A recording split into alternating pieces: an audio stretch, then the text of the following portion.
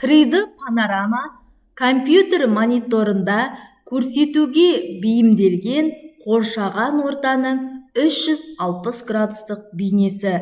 3D панорамада көру бағытын өзгертуге, суретті үлкейтуге, жеке бөлшектерді қарауға болады. Яғни 3D панораманың көмегімен біз бағытты өзгерте аламыз, суретті үлкейтіп кішірейте аламыз және жекелеген бөлшектердің өзін үлкейтіп қарауымызға мүмкіндік аламыз. 3D панораманың түрлері. Бірінші, жазық панорама. Бірнеше кадрдан құралған қарапайым, кең форматты фотосурет. Екінші, сфералық панорама. Сфералық панорамалар көлденеңінен 360 градус және тігінен 180 градусты қамтиды. Ол айналадағы барлық көрінетін кеңістікті қамтып, фотосуретті сфераға жабады және тұтас көлемді суретті береді. Яғни 3D панораманың бірінші түрі бұл жазық панорама, бірнеше кадрдан алынған қарапайым суреттер болып табылады. Ал екінші сфералық панорама бұл яғни көлденеңінен 360 градусты, тігінен 180 градусты қамтып, айналадағы барлық бейнені, кеңістікті қамти алады. Үшінші, цилиндрлік панорама, яғни циклорама. Көлденеңінен 360 градусты, ал тігінен 180-нен төмен градусты ғана қамти алады. Панораманың бұл түрі суреттің жоғарғы және төменгі шекараларын көрсетуді қажет етпейтін жағдайда қолданылады. Панорама айналадағы барлық көрінетін кеңістікті көрсетеді.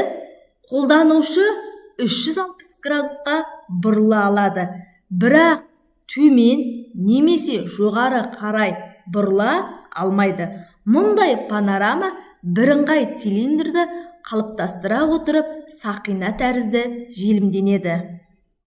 Яғни цилиндрлік панорама дәл сфералық панорама сияқты көлденеңінен 360 градусты, ал тігінен 180 градустан төмен градусты қамти алады. Бұл панораманың түрі жоғарғы және төменгі бөліктері суреттің көрінбейтіндей етіп жағдайда қолданылады. Сонымен қатар бұл 360 градусқа бұрыла алады, бірақ төмен жоғары қарай ғана бұрыла алмайды. Бұндай панорама бірыңғай цилиндрді қалыптастыру үшін қажет болады. Келесі төртінші, текшелі панорама. Панорама текшенің ішкі жағына проекцияланады. Сфералық панорамамен салыстырғанда текшелі панораманың артықшылығы дайындау, сақтау, тасымалдау қарапайымдылығы болып табылады. Себебі күрделі пішін бетімен емес, тек текшенің алты қырымен жазық және шаршымен жұмыс істеуге тура келеді. Виртуалды турлар, яғни 3D тур, бір 3D панорамадан басқа панорамаға өтуге мүмкіндік беретін бірыңғай белсенді аймақтар кешеніне біріктірілген әртүрлі 3D панорамалар жиынтығы. Мұндай турлар музыкамен, кадрдан тыс дыбыспен, видеороликтермен, жазбалармен және тағы басқа толықтырылуы мүмкін. 3D турларды жасау 3 кезеңде өтеді. Бірінші, объектіні суретке түсіру, бірнеше суреттер алу. Екінші, суреттерді өңдеу. Үшінші, виртуалды турды жинау. Яғни виртуалды тур жасау үшін біз 3 кезеңнен өтуіміз қажет. Бірінші, объектілерді суретке түсіріп аламыз, яғни қажетті объектілерді суретке түсіріп, бірнеше суреттер жинақтаймыз. Сол алған суреттерімізді екіншіден өңдейміз. Үшінші, осы өңделген суреттерді жинақтап біз виртуалды тур жасаймыз. Виртуалды турлар музыкамен, кадрдан тыс дыбыспен, видеороликтермен және жазбалармен істейді, толықтырылуы мүмкін. Фото түсірілім. Жоғары сапалы панорамалар жасау үшін мына ережелерді сақтаған жөн. Біріншіден, камераны таңдалған диафрагма бойында сериядағы барлық кадрлар фокуста, яғни камера түсірілетін шеңбердің дәл ортасында тұрғаны жақсы. Болатындай етіп орнату қажет. Екіншіден, желімденетін суреттердің жиынтығын болашақ сфералық панорама тігістерінің орындары бір түсті орындарда, мысалы үй объектілері жағдайында монолитті қабырғаларда түсіру қажет болады. Штатив басы кеңістікте камераны қатаң орнатуға арналған деңгейлермен жабдықталуы тиіс. Келесі, барлық үш сурет үшін камераның көлденең және тігінен бағытта жазықтықтағы синхронизациясын жүргізу қажет. Камераны тураулау деңгейлер көмегімен жүзеге асырылады. Келесі, камераның айналмалы бұрылу бұрыштары 120 градусқа тең болуы тиіс. Ол бұрылыс шкаласымен реттеледі. Өңдеу бастапқы суреттерді бірыңғай фотопанорамаға біріктіреді. Бұрыштары бірдей проекцияға, онымен параллельді түрде жөндеулер жүргізіліп, түске коррекция жасалып отырады. Фотосуреттерді қолмен немесе арнайы желімдегіш программалар көмегімен желімдеуге болады. Кейде проекцияны 6 бұрышты текшеге өзгертеді және әрі қарай 3D панораманың қажетті форматына түрлендіреді, яғни флеш, HTML және тағы басқа. Сонымен қатар осы кезеңде белсенді аймақтарды белгілейді. Графиканы, жазбаларды, дыбыс және тағы басқа элементтерді таңдап қосады. Яғни біз суретті түсірмес бұрын ең бірінші сурет түсіретін аймақты дайындап алуымыз керек. Сонымен қатар камерамызды да дайындау. Яғни ол 120 градусқа қарай бұрылатын бұрыш жасау керек. Және түсіретін аймағымыз бір түсте болу керек. Себебі қазір өңдеу жұмыстарын жүргізіп, суреттерді бір-біріне қосқан кезде арттағы фонымыз бір деңгейде болуы қажет. Енді өңдеу жұмыстарын жүргізген кезде бізге бірнеше программалар қажет болады. Яғни 3D панорамамен жұмысы, Flash, HTML сияқты. Осы суреттерді түсіріп болғаннан кейін, яғни фотосуреттерді қолмен немесе арнайы бір-бірімен қосатын программалармен әртүрлі өңдеу жұмыстарын жасауға болады. Өңдеу жұмыстарын жасаған кезде оған графиканы, жазбаны, дыбысты немесе тағы басқа элементтерді қосуымызға болады. Турды жинау. Жеке фотопанорамалар бір-бірімен бір панорамадан екінші панорамаға өтуге және объектілер туралы қосымша ақпаратты беруге жауап беретін белсенді аймақтар. Фотопанорамадағы арнайы облыстар көмегімен бір қалыпты ауысулармен байланысады. Белсенді аймақтар технологиясы панораманың жеке бөліктеріне, интерьер бөлшектеріне, сауда орталықтарындағы жаңа тауарларға, қызықты сәулет ескерткіштеріне, көрмедегі нақты бір стендке және виртуалды қолданушының назарын аудару қажет кез келген ақпаратқа көңіл бөлуге мүмкіндік береді. 3D турға қолданушының орналасқан жерін көрсетіп тұратын навигаторды да қосуға болады. Орын ауыстыру нүктелері жоспарлы немесе автоматты түрде орындалуы мүмкін.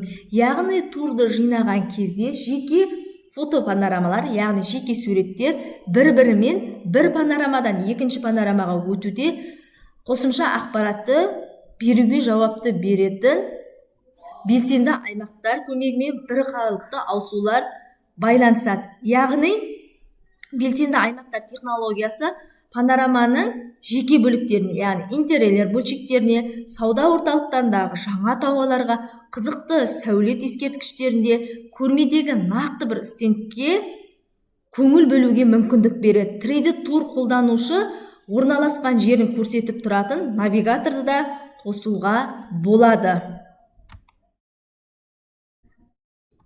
Дайын жұмысты қарау үшін панорамалар қандай форматта жасалғанына байланысты интернет қолданушылар қолданылады. Әдетте ол JavaScriptті қолдайтын немесе флеш ойнатқышы бар стандартты интернет шолушы болуы мүмкін. 3D турлар көптеген салаларда қолданылады. Жылжымайтын мүлік саласында 3D турды пайдалану пәтерді, қала сыртындағы үйді, кеңсені толыққанды көрсетуге көмектеседі. Клиент үйден шықпай, тәуліктің кез келген уақытында объектіге виртуалды саяхат жасап, өзін қызықтыратын жерлерді егжей-тегжейлі қарастыра алады. Виртуалды тур оның уақытын айтарлықтай үнемдейді. Яғни жылжымайтын мүлік саласында қолданған кезде 3D ол үйінде отырып, сол аймақ қай жерде орналасқан, айналасында не бар екен толықтай қарап шыға алады. Келесі, қонақ үй бизнесі. Болашақ клиент кез келген қаладан виртуалды турдың көмегімен алдағы демалыс немесе іс-сапар атмосферасына үңіліп, өзінің тоқталатын орны туралы толық ақпарат ала алады.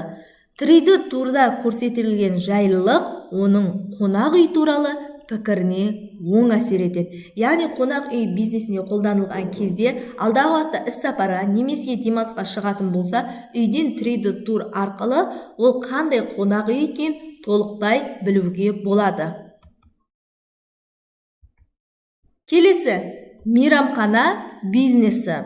Қонақтар тартуға және оларға мекеме жұмысының барлық аспектілерін көрсетуге көмектесетін виртуалды турды құру.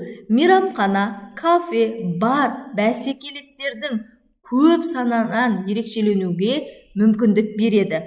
Қонақтар үстелдер мен бар тіреулерінің орналасуымен танысып, әдемі интерьерді, залдардың саны мен үй-жайлардың көлемін көреді.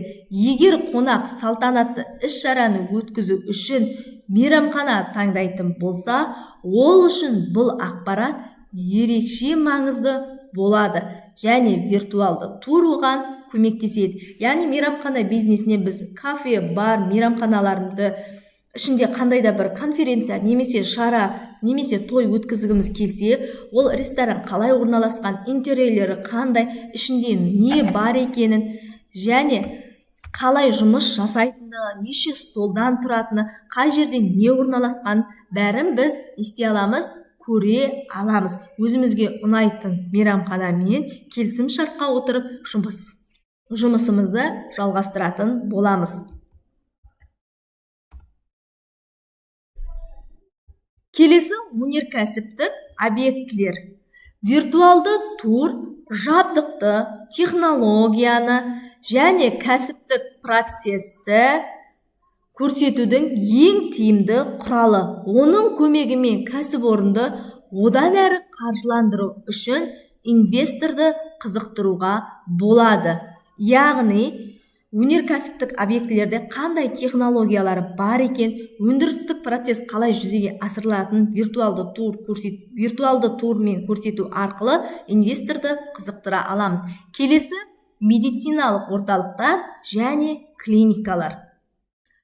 Тазалық, жайлылық, статус, заманауи жабдықтар клиниканы немесе медициналық орталықты таңдауға үлкен рөл атқарады.